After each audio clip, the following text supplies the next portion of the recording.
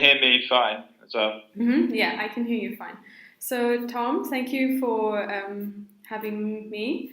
And let's start off by strategy in general. What do you think is a strategy? And yeah, how do you apply it in your department or in your work area? So I think strategy in a tech sense, Mm-hmm. we tend to look at it in terms of what is our short term strategy, what's Mm-hmm. our medium term strategy, and what is the long term strategy. Mm-hmm. And I think for Monese as a business, the long term strategy doesn't really change. So we have a mission as a company of where we want to Mm-hmm. get to. Mm-hmm. Um, a long term strategy is ideally something that is, I think, it's a huge stretch goal, and you might never get there, but you're always working towards that. Mm-hmm. Short term is very much in the startup world aligned with the business plan and what our investors need to see. Mm-hmm. So we're constantly trying things in the short term to hit certain targets, Mm-hmm. and then we have things which are sort of in that medium term area Mm-hmm. where there's sort of larger building blocks or milestones to getting to our long term strategy. Um, but in that sense, that's how we plan and that's how we strategize. So Mm-hmm. we have a product strategy, and that very much looks at the short term, which we look at a 3 month period for the short term. The medium term is what we want to achieve really in the next 6 months to a year, and Mm-hmm. the long term is what Norris's sort of grand vision for the company is. Mm-hmm. And I said that long term one doesn't really change too much. Yeah. And how do you come up with a strategy? Do you talk to your team after several weeks and then you all come up with ideas, or is it along as you go? So as something crops up or is it like a eureka moment where you just wake up in the morning and you have this fantastic idea of how you can improve things? So strategy here in terms of product strategy, so Mm-hmm. it tends to be a lot more collaborative. So I personally don't believe in one person coming up with that strategy. Mm-hmm. One person can pull that together and ultimately create the plan or the strategy that is communicated externally. But I believe like the crafting of the strategy is not one person who would Mm-hmm. do that. So how we look at it and how we plan it in a product sense is one, we have there's a number of inputs. So we have the business data that we need to meet for investors. So that might be the number of opened accounts we have per Yeah. month, the amount of revenue that we need to make, number of active customers that we need to have Mm-hmm.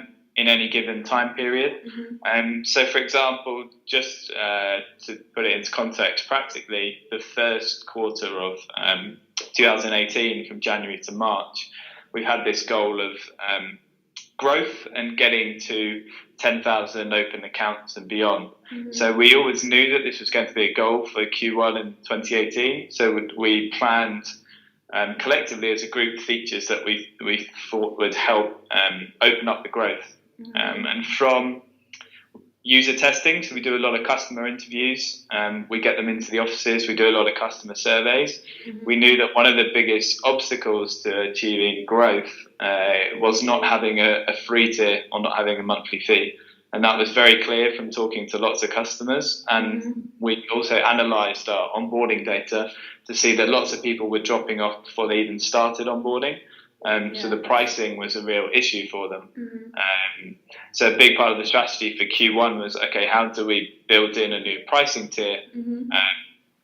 that's free, so people can almost pay as you go and use it on a transactional basis rather than being stuck with having to pay a fixed fee every month. Mm-hmm. So we had that idea based off of the fact that one, growth was the target for the company for that particular quarter. That's what we needed to demonstrate growth. Mm-hmm. And we knew from our customer research and data that the current pricing model was an issue. Mm-hmm. And therefore we looked at adding a free tier and building out that free tier. Mm-hmm. Now we don't, in terms of strategy as well, Mm-hmm. we like to validate the strategy as early as possible.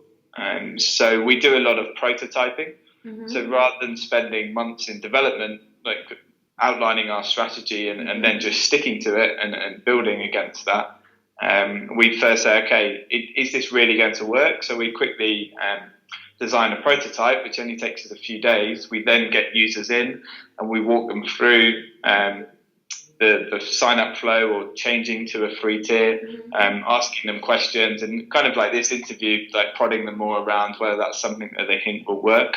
So we try and validate our assumptions and our strategy as early as possible before committing to too much engineering work, which is obviously expensive and takes time. So speaking about expensive, as a small startup, we don't have as much resources in comparison to bigger established firms. So how do you manage your strategies, adapt your strategies based on the capabilities and the resources that Monese, like the startup, currently has? So how we do that, very much we follow the lean principles, which, for anyone not aware of it, originates from Japan and lean manufacturing. But we try and look at projects and strategy as almost as if you would in terms of taking risk or bets. So we want to keep the risk as small as possible with the highest possible reward. And how we do that is testing our assumptions very quickly in terms of whether it's going to work or not. So whenever we see a strategy or a new project that involves 2-3 months of work, for us that's too risky. And that's too much time. That's too much time to commit to something without having validated it first of all. Because if we dedicate sort of half of our team to working on something for 3 months, release it, and it doesn't work in a startup's life cycle, that can actually be fatal. You might not be able to recover from that as a business. So we look at it very much. How do we validate this in 2 or 3 weeks of engineering time? Like, what's the fastest thing we can do to get this to market and to test it with real customers? Because even when you do the user testing up front, you're often only talking to, typically 5-10 customers, or at most if you do a survey, which doesn't give you as much detailed insight or information. You're talking to maybe 100-200 people. It's still not enough when you have 50,000 customers that they're representative of Monese as a whole. And we actually have an issue in terms of validating our ideas, because the customers who come forwards and talk to us and come to user testing are actually the ones who are more confident with their English skills. But obviously, as you're aware, Monese has a lot of customers where English is not the first language. They might not be able to hold I can vouch for that. I deal with them every day on a single base. And I can tell that, of course, most of the times we never speak to the people who speak English. Speaking English is that proficient, like they don't need any help. And so it's really good that you pointed this out, because I've also noticed this, but I've never had anyone to tell me, yes, that is correct. Like, most of the time, it's the language barrier is an issue sometimes. Yeah, I think English customers make up a small percentage of our user base, so we have to be very careful even when we're testing ideas and strategy up front, that it's slightly skewed. It's not representative of how it's going to work in the real world. So as much as possible, we try and de-scope projects so that they're very small. We can put it out to customers, and then we can learn from it being out in the real world whether it works or not. And if we've invested a week of time in something and it doesn't work, well, that's not a disaster. But if you invest 3 months of time into something, it doesn't work, that's a bigger problem. And that's, in a larger corporation, you have the luxury of being able to invest in larger projects that don't work. I would still advise against it. I don't believe it's a good work. But they have the luxury of time and money to spend on those failures. We don't. In a startup, we can't have too many of those failures, because if you have too many of them, you won't be around as a company, to try the next thing that you need to do. So when you come up with a prototype and you're building it for a day or two, do you then implement several strategies? So do you use a combination of strategies, or do you focus on one strategy and carry the testing? So we have different work streams at the moment. So we have strategies for different areas. So, for example, we'll have a team of developers and designers working on things which are going to move us forward with growth. We'll have a team of people working who are going to take us forward to increase revenue. For others who are going to be working on dealing with customer retention and satisfaction and churn. So that's things like, okay, we know people are unhappy because they can't reset their passcode in the app. Yeah. So there's a separate work stream to work on solutions there. So we've divided the teams into separate areas. So we have like mini strategies for each. They all ultimately align into the greater vision. I was talking about the long-term strategy of Monese, but we do have these micro strategies rather than the product team having one strategy.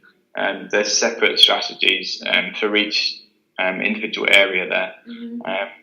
And how we test things typically, so we A/B test a lot, or multivariate tests. So, for example, if we are looking at improving the onboarding funnel, for example, and we have some new screens around capturing the ID of a customer, ultimately the strategy there is to improve conversion from signing up to opening the account. We don't just go with one option.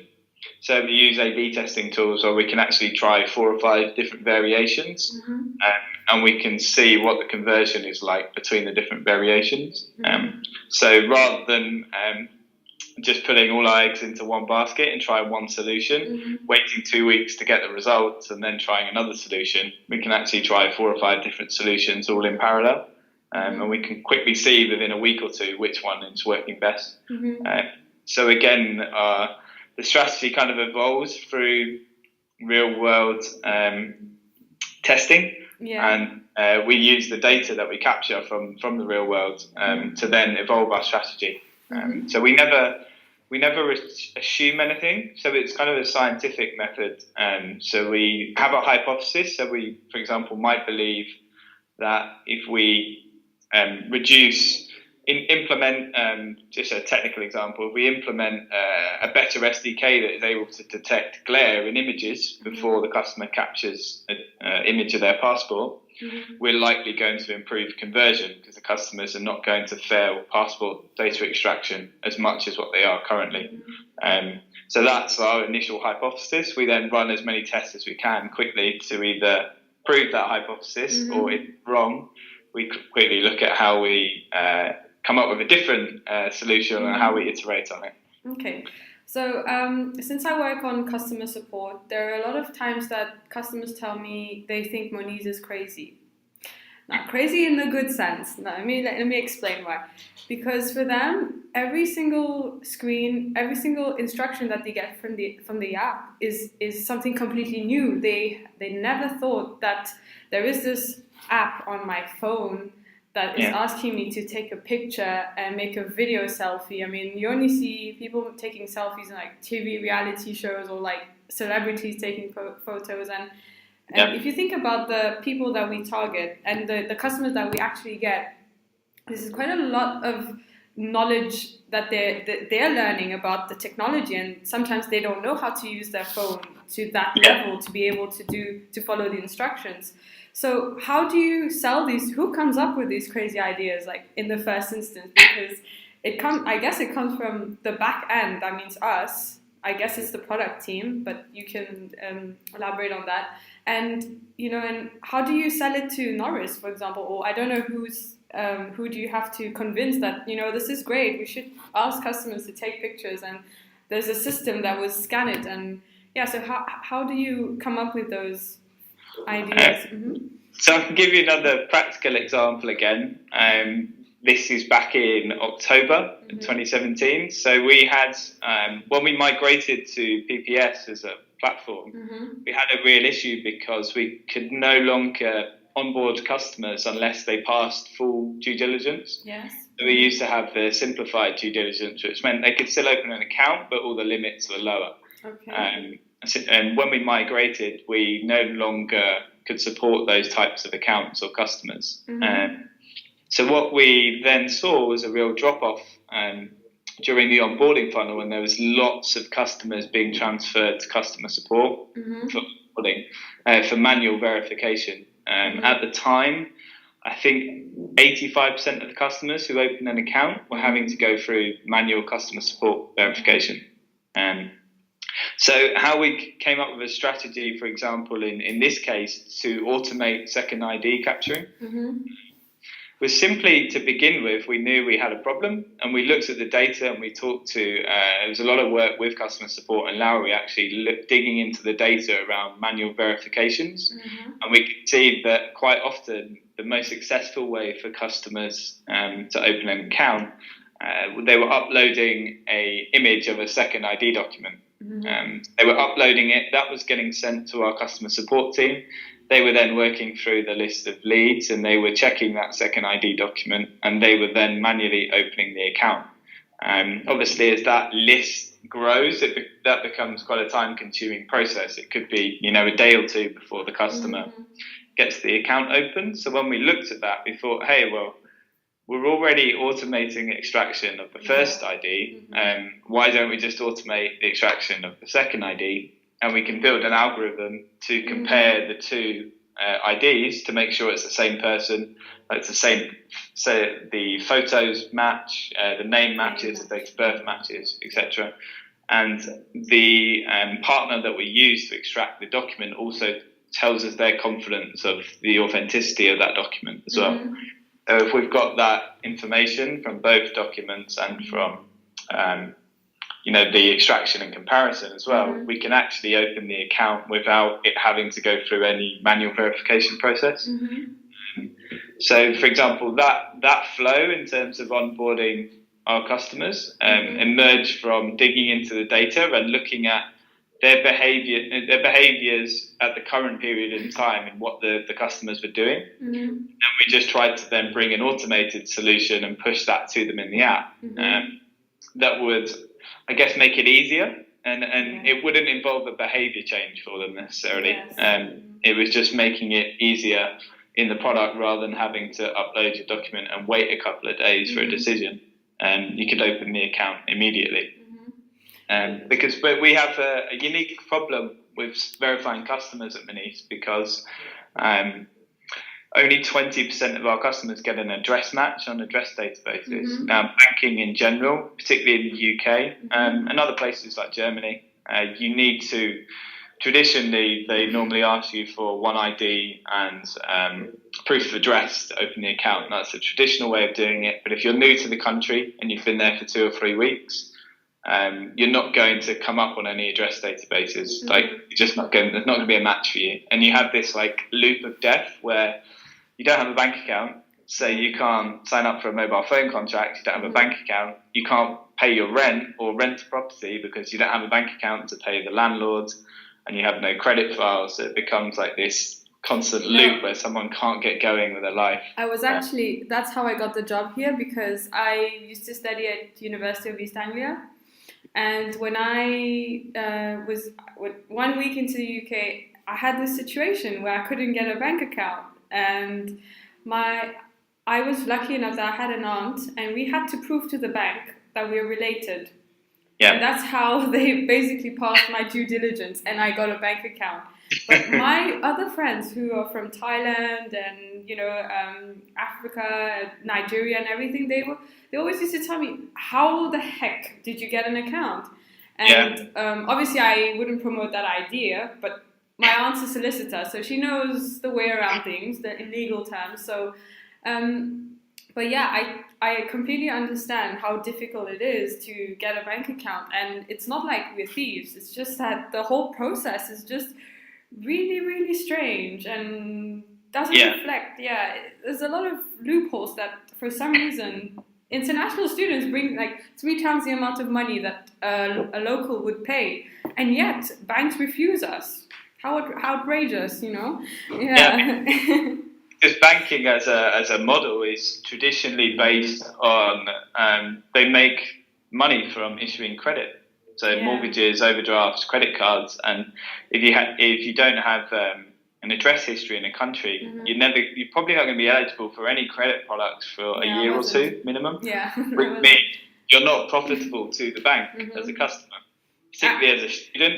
If you're only there for studying and leave, they don't see you as being a profitable customer. So they don't put in much effort to verify those people, and they give them a poorer quality service, which is really initially the problem Monese was built to solve. Really, the fact that opening an account shouldn't be that difficult, and it is problematic for migrants. But in terms of the video selfie that you mentioned as well, so we always look at, in terms of from a UX and design perspective, we look at other apps that people are using, and so people are, using their cameras and their phones outside of opening a bank account to take pictures and selfies. So it's not a new behaviour for them. It is a new behaviour in the context for the of older generations. Like when I speak to aunties and grandmas, they're a bit like, they laugh at it, but they've seen their grandkids doing it, but they've never done it themselves. So sometimes they just repeat the same thing 3 times over again. They just stare at the screen. I mean, the hilarious things that I see. But yeah, you're right. It's getting into our culture. It's like a normal thing now for like the 30s to and under to take a selfie. It's completely normal. Yeah, and it's like, why does banking for a long time has been very sort of archaic, but it's like we have all of these products and technology, and the world has moved on a lot. Why can't banking move with it? And why do we still have to stick to paper-based verification and identical signature? So that's where we look at what good examples in other markets and what other apps are doing, and we try and think, okay, how could we apply this to Monese, and how can we make our own process better in doing that? And I guess in terms of strategy in a startup as well, we have to be able to react very quickly. So we look at our data every day, and if we're getting insight there or trends are emerging, we have to be able to essentially ditch what we're working on right now and say, okay, guys, just drop your tools of what you're working on. We're going to switch strategy immediately because this thing is going to get us greater benefit. If we spot those opportunities. Now, again, in larger corporations, it's not so easy to shift the strategy. Quite a slow moving beast, but for us, quite often we'll drop what we're working on and an opportunity will come up that we just have to do there and then. And we need to be very agile on our feet and be able to move and adapt quite quickly. And that also means when you're recruiting people, you need people who are able to adapt to constant change. Some people prefer to know what they're working on, know what the strategy is for a certain period of time, and just sort of work towards that. Whereas it can feel a little bit chaotic here at times. In the space of a week or two, suddenly you're switching 4 or 5 different things. And that's just the nature of strategy in startups. Again, you have to be agile and be able to change quickly. And if you can't change and adapt quickly, normally those startups fail. So what about the level of risk? Because I understand that, by ditching all your, current prototypes and working on something else because of a competitor's move or just because of the industry or what the customers are asking for, is there a cost associated to it? So, for example, time or resources or even employees, There obviously is a cost associated to it. The first one you mentioned about competitors. So I'm a big believer in making the product team aware of what competitors are doing. Obviously, we should stay informed, but not getting distracted by it. It's very easy as well as a startup to get distracted by so in our space, what Monzo are doing, and what Revolut are doing, what N26 are doing, but actually the customer that they're serving and their business is different to what we're doing. So we need to always bring it back to what is the long-term vision of Monese? Why are we different? What makes us unique? And we need to make sure that whatever we're working on is ultimately aligned to that longer-term vision. Not just doing something because, there's a cool new feature that Monzo has launched and we need to follow and do the same. So our customers are different and they have different needs to their customers. But then obviously if we do change course and we do change strategy, there is a cost associated to that. If you spent 2 weeks working on something and you need to scrap it, we have a very expensive example of that actually. When I first joined the company. So working on a verification project for KYC, where we were integrating Facebook data. So with the customer's permission, of course, we were going to take some data from their profile, and it was very clear to the customer we'd be using the data to verify your identity, and then we would be able to open the bank account, or that could contribute to the scoring. For example, if they don't have an address history, we could use a lot of their Facebook data to verify who they are and if they're actually a real person. That sounds very familiar to the Cambridge Analytica case that's going on at the moment. The difference was we were being transparent there in saying what we were using it for. And actually, Facebook came back to us when we shared it with them and said we want to do this. They said, no, you can't use the data for that reason. So they actually pushed back and said, you cannot use the profile data for opening a bank account. But we'd already invested 2 months of development time building the solution, and it hadn't been pre-qualified with Facebook, and that's expensive to us. And that project was sort of happening when I just joined. It was sort of 3/4 of the way through. Immediately I said, guys, is anyone qualified that we can actually do this with Facebook? Is it viable? And I've actually done that work. 3/4 that's pretty very easy to get carried away and build something, but not actually, qualify.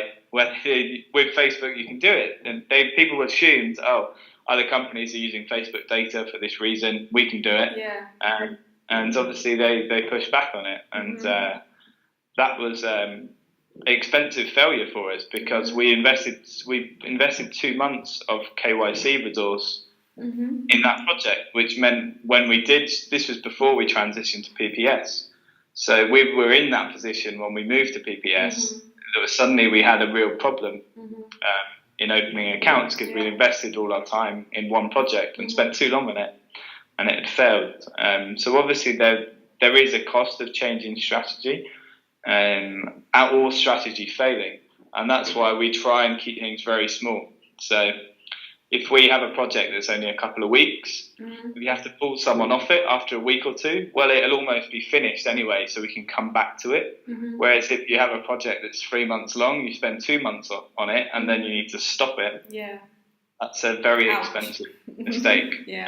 So we try and keep the project small, and then you have to think about the opportunity cost of not doing something. So if we see that there's a trend or a pattern emerging and an opportunity for us to improve conversion or increase the revenue of the product, if we don't take that opportunity and get it to market in the next 2 weeks, if it takes us 2 months to do it because we're waiting for other projects to finish, well, what's the cost of losing that potential revenue for 2 or 3 months? And we also take that approach when it comes to releasing features early, even if there are some issues. Now I know that can cause a customer service headache at times when the products there are issues, but look at it in a business sense. So the free tier, when we launched it wasn't too bad, but there were still some issues with the free tier.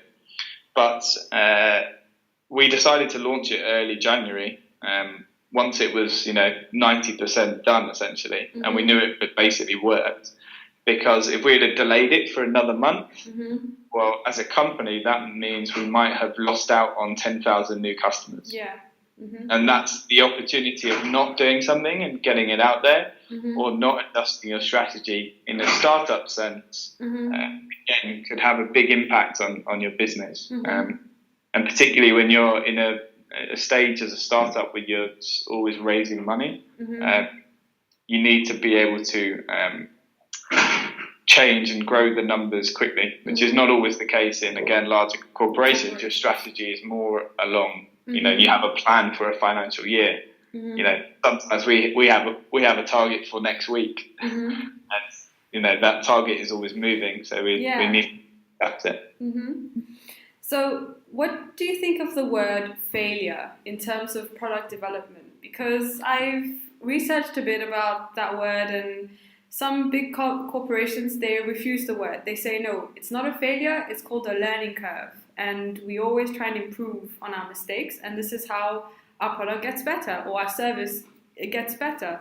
So what's your take on a failure, like a product failure, or if a project has not met the expectations that Yeah. you've had? I would say there's two types of failure, really. So there's a good failure, which is where you have sort of taken the scientific approach where you have a hypothesis. You look at what's the minimum viable product. How can I get it to market quickly? How can I test or invalidate my assumptions quickly? And as a team, if you sort of follow that course and rapidly build something and don't spend too long on it, and it doesn't work, then that is a learning. That's not failure. So you quickly learn that what you thought might be a great strategy is actually not going to translate in the real world to your customers, and you can adapt, and that's actually more valuable sometimes than having success, because you quickly learn what not to do. And it's better to invest a couple of weeks and learn that, rather than again commit all of your resource to doing it for 3 or 6 months and learning it after that, which comes back to the second form of failure. And it depends on the culture of the company, but it is failure when you spend too long on a project and you haven't properly validated it up front. So if it's, for example, the highest paid person opinion in the company and they believe in something, and you have half your team working for 6 months on it, you release it and it fails, that is a failure. Like you can't gloss that over as learning, because in a startup that's not learning, that's sinking the company essentially.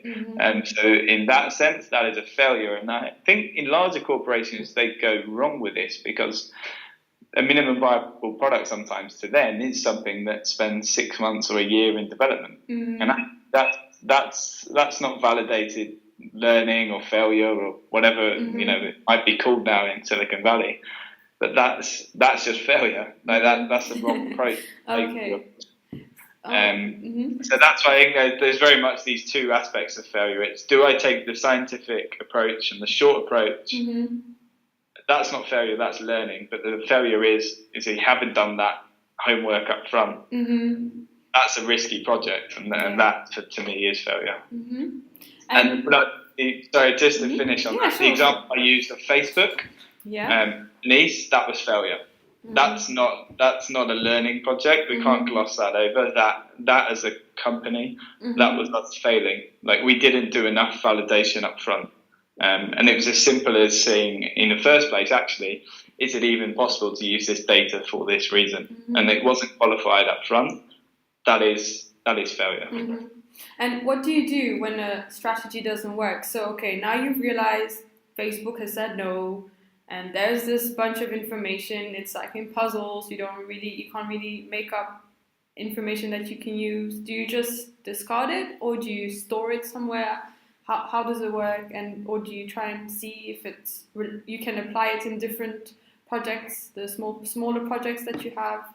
Yeah, so in the Facebook sense, we discarded most of it because we couldn't use it, but we did keep some of it. So we looked at it and said, what can we use? So we had the Facebook sign-up flow to allow people to quickly pre-fill their email. But actually then when we looked at the data after months, a lot of people weren't using it, because actually it's slower than just entering in your email address. In most cases, you have to connect to Facebook, switch out, and all it was really doing was pre-populating some basic details. So we did, in that case, try and use a part of it in the product, but it didn't particularly work. But if something does fail, if it's a smaller projects, then we just take the learnings from it as a group and say, okay, what do we try next? And typically, when it comes to anything which is growth related, we have a backlog of ideas and we score those ideas. And we just look at our list of ideas and think, okay, what can we turn to next and what can we try next? And I think it's important to have a culture, again, where you're not reliant on one project for your results. So it's great. That's why A/B testing is fantastic, because you can have multiple ideas and things being tested all in parallel. So you might actually have 5 things which are alive and you're testing to try and achieve your goal. So if 2 or 3 of them fail, that's fine, but if one succeeds, that's great, and that's the one that succeeds. So to overcome that sort of that failure when it does happen, it's great to try and have lots of projects running in parallel that you can test, and that way you can mitigate some of the risk of some of your projects failing, because they will. And if some of the projects don't fail, then you're probably not taking enough risk of being innovative enough. Innovative. That's true.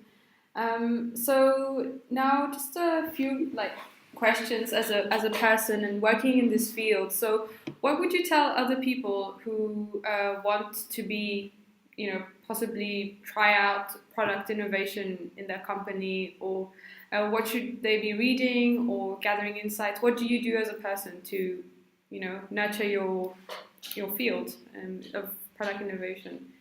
I would say, no, in terms of products, especially if you want to get into the products in the startup world, it's not thinking as a product manager. So you have to be a mini entrepreneur. So you need to think it in the way that actually this is my business, and you have to think in the sense, okay, my livelihood depends on it, and what decisions would I make if this was my money and my company, and if it went bust in 6 months' time, what's the impact of that? So I always think of it first and foremost. I'm conscious now I have a team of 19 people, and if I make the wrong decisions, that could have an impact on their jobs. So that first of all brings it into sharper focus. You're not just a product manager for a company. You're a product manager in terms of it's almost your own business, and the success or failure of that has consequences beyond, just career or your job. But I'd say that's in terms of having the willingness to always be learning and always trying new ideas. And in my sense, I got into product management through, I was working for years at a mobile agency as a sort of product owner, project manager, working across lots of different projects.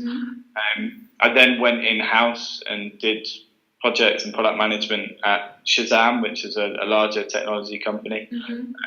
And saw good ways of working and building teams in that kind of culture. They're quite leading there.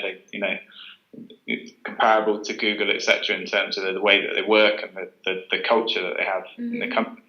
And I would say that the greatest thing a product manager can do is always be asking questions, be curious. So never walk into a room and tell your team this is what we're doing.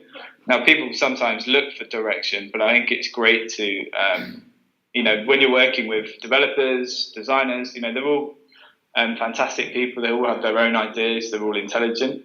And building an environment and a culture where people feel safe and free to talk and express their ideas is very important. If you build a culture of sort of command and control, where people are fearful of expressing their ideas, you can't develop a good product culture, because product culture ultimately relies on people feeling creative and safe and expressing their ideas.